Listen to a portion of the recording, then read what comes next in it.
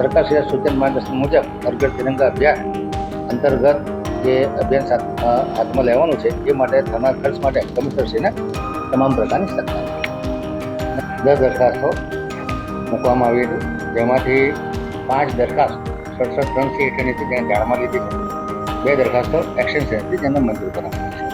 Ward number 16માં કલા દર્શનથી વાઘોડિયા પંપની અંદર થતી જૂની ડ્રેન નળિકા દુરસ્તીકરણની કામગીરી 67 હેઠળ 13,19,713 બધા GSTના ભાવથી કરવામાં જેને જાણમાં લેવામાં આવી છે. વોર્ડ નંબર 12માં કલાલી ગામ રામકૃષ્ણ પરમ હંસ હોસ્પિટલ ફાઉન્ડેશન પાસે હયાત ડ્રેન લાઇનમાં ભંગાણ થયું હતું.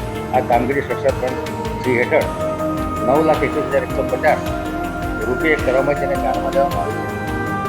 વિવિધ પ્રસંગોએ મહાનગરપાલિકાની મુખ્ય રસ્તાઓ, તળાવો, ઇમારતો અને બ્રિજો પર વાર્ષિક ઇજારાથી ₹50 લાખની મર્યાદામાં 3.50% વધુના ભાવપત્રકે લાઇટિંગ કરવાના કામને મંજૂરી આપવામાં આવી છે.